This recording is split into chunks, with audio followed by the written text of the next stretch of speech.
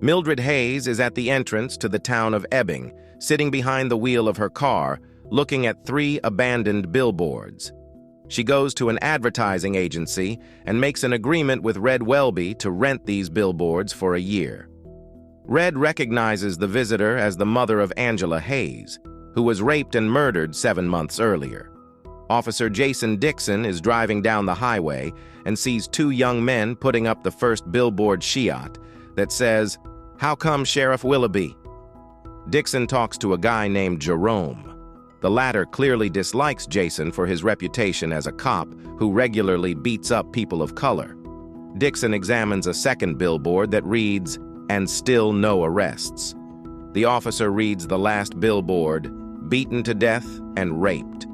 Dixon calls his boss, Bill Willoughby, who is sitting at the holiday table with his wife Anne and daughters Polly and Jane on Easter evening, to report the billboards. The billboards' writings resonate widely with Ebbing residents. Many see them as unwarranted personal attacks on the sheriff. Mildred's son Robbie is still deeply shaken by the horrific death of his sister. The billboards further intensify this state of mind. Mildred is interviewed by television reporters, explaining her motives for her action. Mildred is in the billiard room, where a drunken Dixon gets into a fight with Red, accusing the advertising manager of allowing provocative lettering on the billboards. Dixon then gets into an argument with Mildred. The lady is defended by a local used car salesman dwarf named James. He says that Mildred looked great on TV. Upon returning home, Mildred catches Robbie in the company of Father Montgomery. The priest tells Mildred that the billboards will get her son in trouble at school. Father Montgomery tries to appeal to the woman's Christian humility. She sharply objects, drawing associations between gang members who are complicit in the crimes committed, even if they were not directly involved, and all believers, without exception, who are responsible for acts of a sexual nature by some Catholic priests toward minors. Mildred chases Father Mangometri out of her home. Mildred meets with Sheriff Willoughby near the billboards at the entrance to town. Willoughby understands Mildred's grief and anger. He also mentions that he is terminally ill. He has pancreatic cancer. Like everyone else in town, Mildred knows this. The police receive 2 complaints about the billboards. Mildred visits a dentist named Jeffrey, who wrote one of them.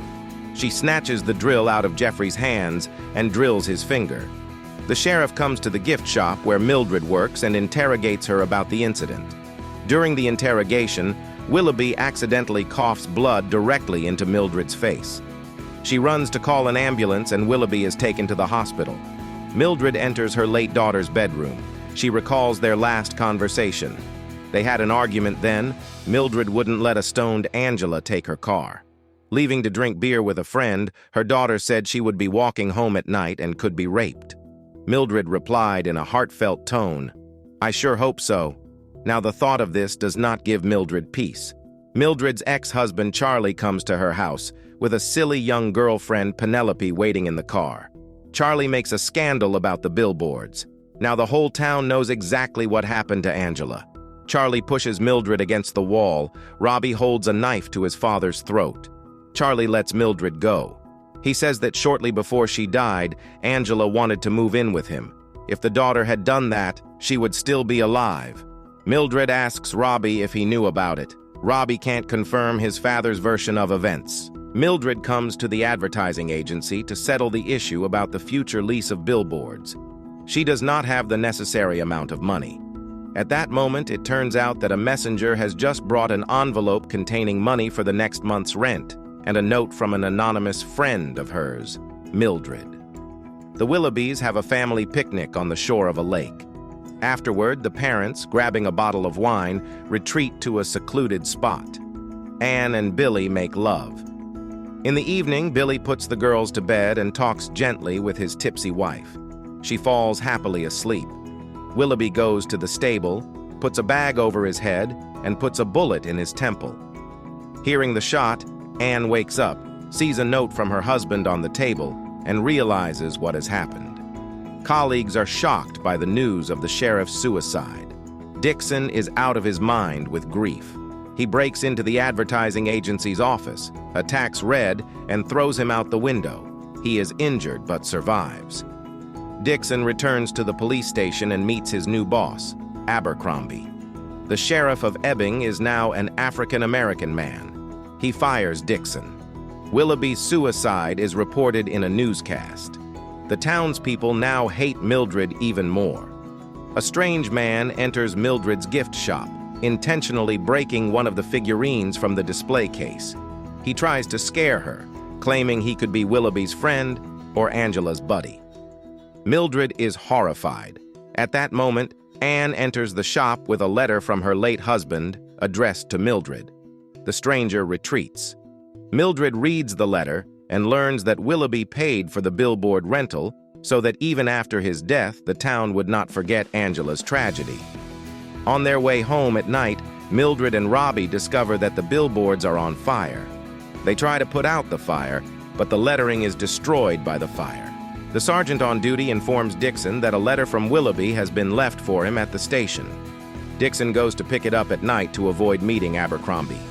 Meanwhile, Mildred sneaks into the advertising agency's office and begins throwing Molotov cocktails at the police station across the street.